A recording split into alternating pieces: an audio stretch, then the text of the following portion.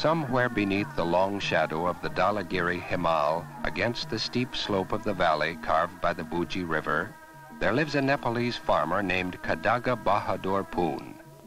People call him the Mukhiya because he has been chosen head man by the clansmen in his village. He lives in a cattle shed made of bamboo matting with his wife, his elderly father, and 4 young sons. After the Mukhiya has eaten his breakfast of cornmeal mush, he prepares the family's daily ration of beer. He does this by mixing fermented corn with water and straining it through a basket. One son is ill with typhoid.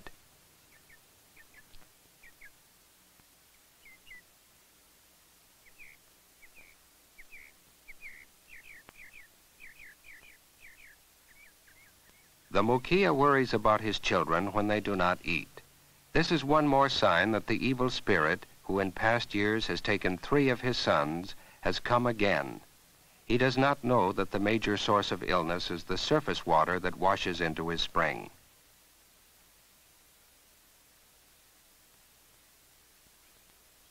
In the next shed, the aunt begins her major daily task, weaving a wool blanket for her husband.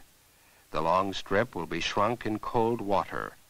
Then it will be cut into 3 pieces and sewn into a large rectangle. The blanket will have many uses: a coat, a tent, a rug, or a carrying pad.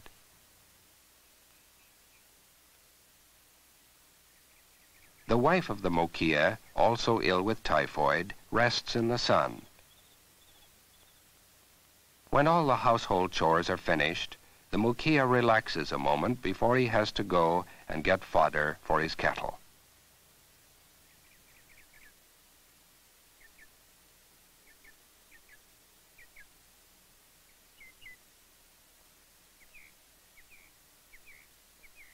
Every day the Mukhiya needs about 300 pounds of leaves to feed his 13 head of livestock. His wife usually helps him, but because she is too ill, he has hired a man from another village and sent him on ahead to get the second load.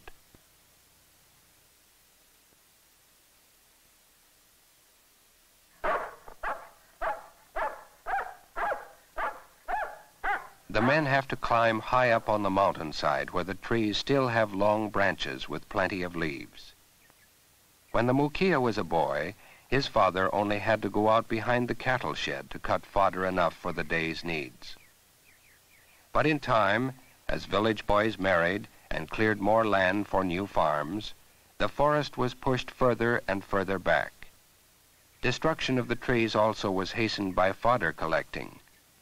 Now the Mukhiya has to go so far to get fodder, the task takes most of the day.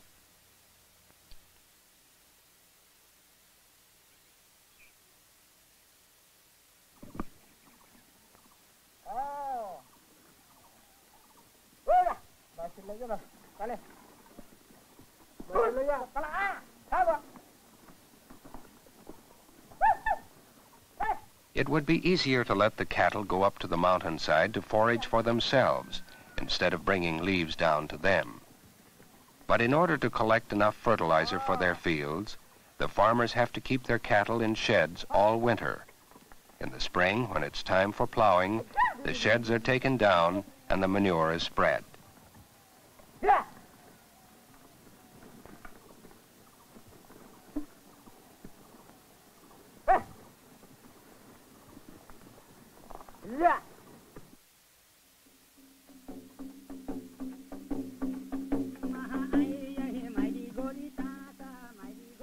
As he climbs, the Mukhiya passes the shrine of a respected village curer, or shaman.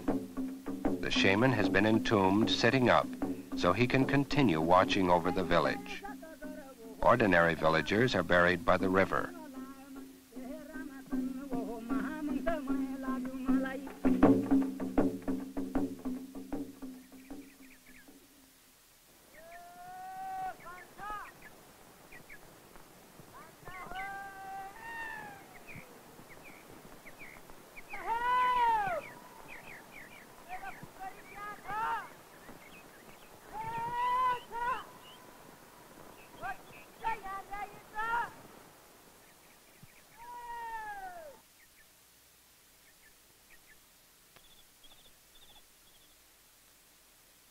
Some trees already have been stripped. Village girls who have been collecting firewood are on their way to the log chute. They pass the Mukia, who is resting a moment before he begins his work.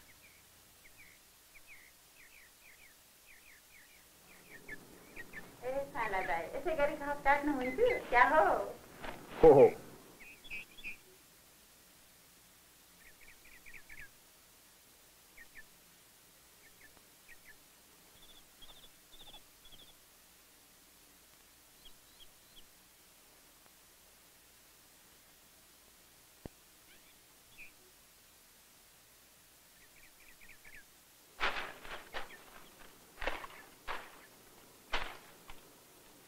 यसैले घाँस काट्दैछस्?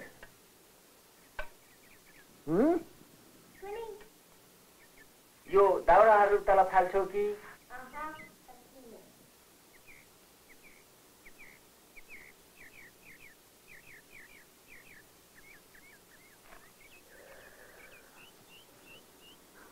त्यसो भए मलाई मद्दत गरेन?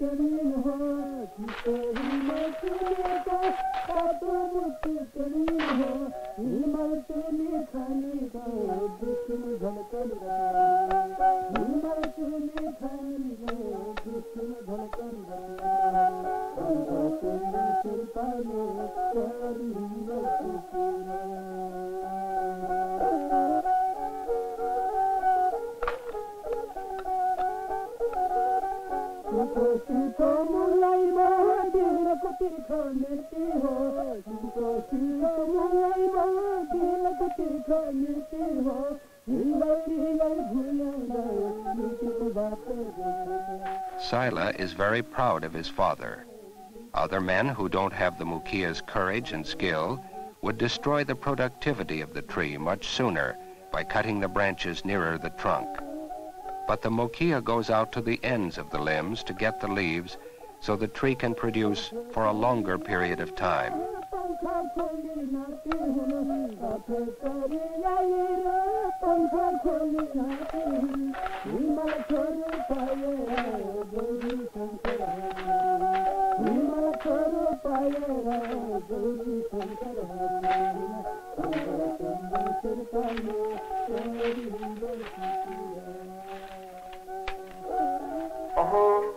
यो त ठुलो disco छ बाबा Ito disco China.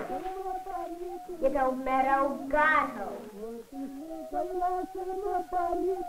घर हो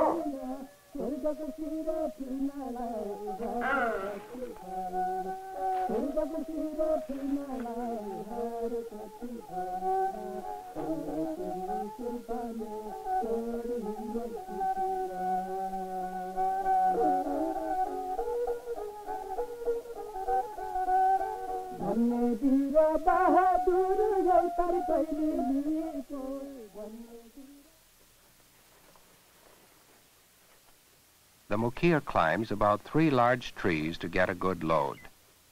Then the task of picking up begins. He takes edible leaves wherever he finds them.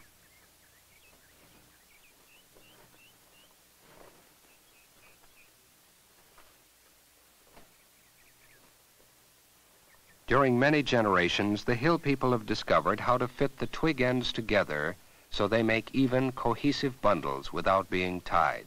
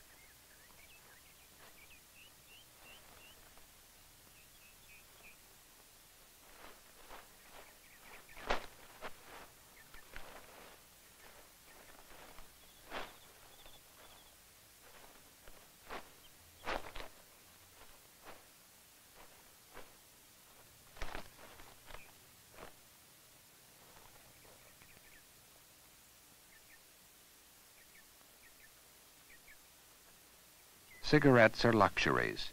The Mukia has saved half of one to smoke before he carries the load down the mountainside.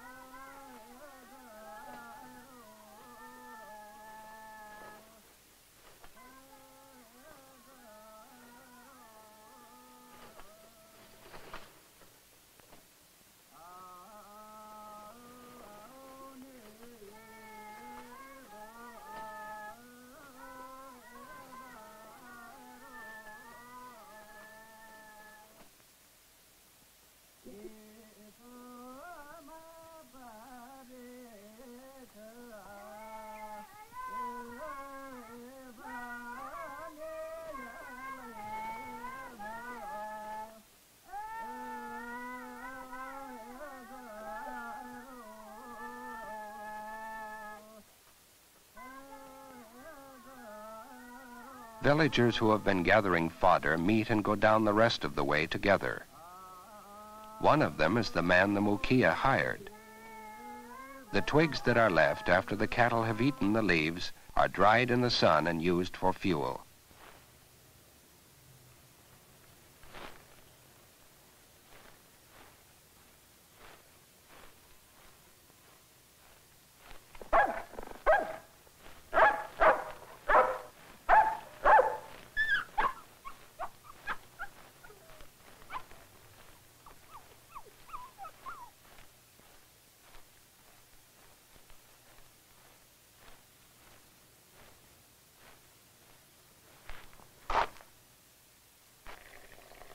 Beer and a meal are given to the hired man in payment for his help.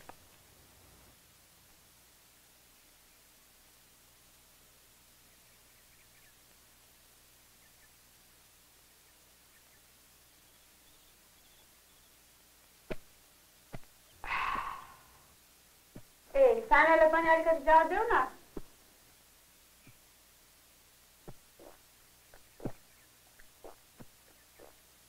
किन नि उसले त घर मात्रै बनाएको छ